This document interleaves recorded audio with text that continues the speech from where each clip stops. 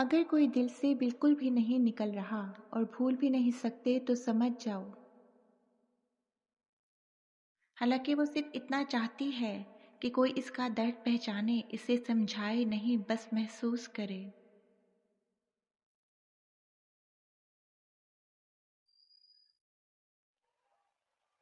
حضرت علی فرماتے ہیں، دل کی خاموشی بھی اللہ سنتا ہے، لہذا جب تمہیں لگے کہ کوئی سمجھ نہیں رہا تو جان لو وہ ذات سن رہی ہے جو تمہارے آنسوں کی زبان جانتی ہے۔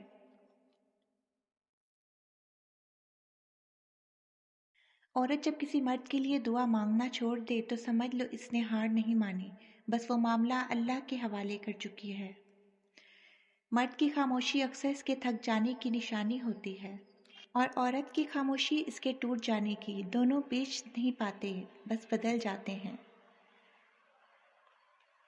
جو تمہیں اللہ کے قریب لے جائے وہی تمہارا نصیب ہے، چاہے وہ انسان ہو یا درد۔ جو تمہیں چھوڑ کر چلا گیا اس نے تمہارا حق نہیں چھینا، اللہ نے تمہیں اس سے بہتر محفوظ رکھا ہے۔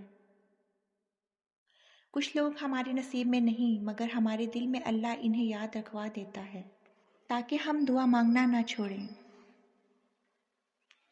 عورت کے صبر کا وقت طویل ہوتا ہے، مگر جب وہ خاموش ہو جائے تو سمجھ لو اس نے اپنے سارے فیصلے اللہ پر چھوڑ دیے۔ محبت جب خود غرضی سے پاک ہو جائے تو وہ عبادت بن جاتی ہے، اور جب عبادت دکھاوے سے بھر جائے تو وہ گناہ بن جاتی ہے۔ زندگی میں کچھ درد ایسے ہوتے ہیں جنہیں اللہ چھوڑتا نہیں، سنبھال کر رکھتا ہے تاکہ تم دعا میں جھکے رہو۔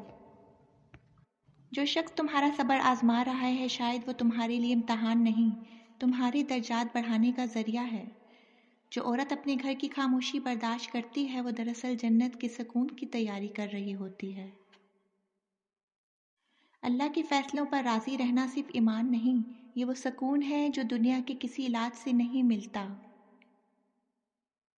اگر کوئی بالکل دل سے نہیں نکل رہا اور بھول بھی نہیں سکتے تو سمجھ جاؤ آپ اس کو دل سے چاہتے ہو۔